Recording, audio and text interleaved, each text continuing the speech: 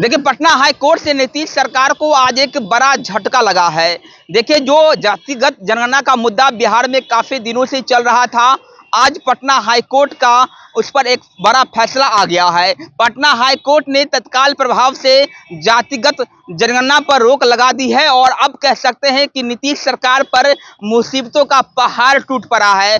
जो जातिगत जनगणना 500 करोड़ रुपए खर्च करके की जा रही थी बिहार में, अब उस पर पटना हाई कोर्ट ने रोक लगा दिया है और साफ तरीके से पटना हाई कोर्ट ने कहा है कि इसको अंतरिम आदेश यानी 3 जुलाई तक इस पर पूर्णतः रोक लगी रहेगी। और अब नीतीश सरकार क्या कुछ आगे करेगी, ये भी फिलहाल एक सवाल है, लेकिन कहीं ना कहीं एक बड़ा झटका नीतीश सरकार को पटना हाई कोर्ट ने आज दे दिया है। देखिए, नीतीश सरकार की तरफ से पीके शाही जो वकील हैं वो अपना पक्ष रख रहे थे, लेकिन कहीं ना कहीं पक्ष रखने में पीके शाही जो है वो कमजोर साबित हुए और यही कारण रहा कि पटना हाई कोर्ट ने जातिगत जनगणना पर तत्काल प्रभाव से रोक लगा दिया है। अब देखने वाली बात होगी कि बिहार में जो 500 करोड़ रुपए खर्च करके जातिगत जनगणना हो रही थी, उस पर आगे क्या कुछ अपडेट आएगा। लेकिन फिलहाल 3 जुलाई तक बिहार में पूरे तरीके से जातिगत जनगणना पर रोक लगा दी गई है और कहीं ना कहीं अब दो धारा जो है वो साफ तरीके से इस पर बटा हुआ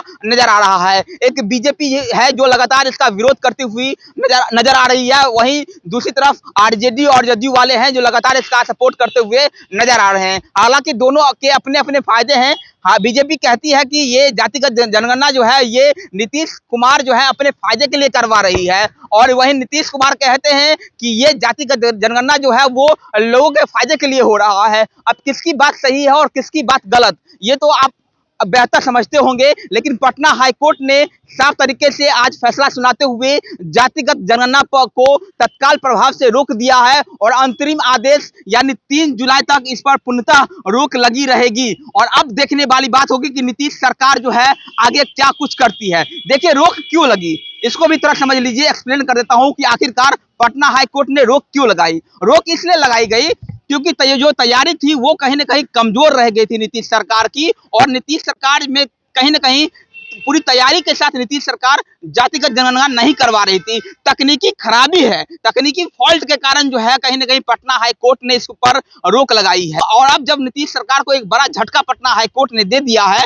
तो कहीं ना कहीं बौखलाहट जो है महागठबंधन के नेताओं में साफ तरीके से दिखाई दे रही है। बयानबाजियों का दौर जो है वो चल पड़ा है, और जैसे ही पटना हाई कोर्ट की तरफ से ये फैसला सुनाया गया, वैसे ही बिहार के पूर्व डिप्टी सीएम तारकिशोर प्रसाद का एक बयान भी आ गया। उन्होंने साफ तरीके से कहा कि तैयारी जो है वो पूरी कमजोर थी और एक कमजोर तैयारी की वजह से जातिगत जनगणना पर रोक लगाई गई है। और अब नीतीश सरकार जब पूर्ण तरीके से तैयारी मजबूत करके आएगी, तब कहीं ना कहीं इसको फिर से करवाया जाए, लेकिन जब तक तैयारी कमजोर रहेगी तब तक इस पर रोक लगा देनी चाहिए, ये कहना है तारकिशोर प्रसाद का।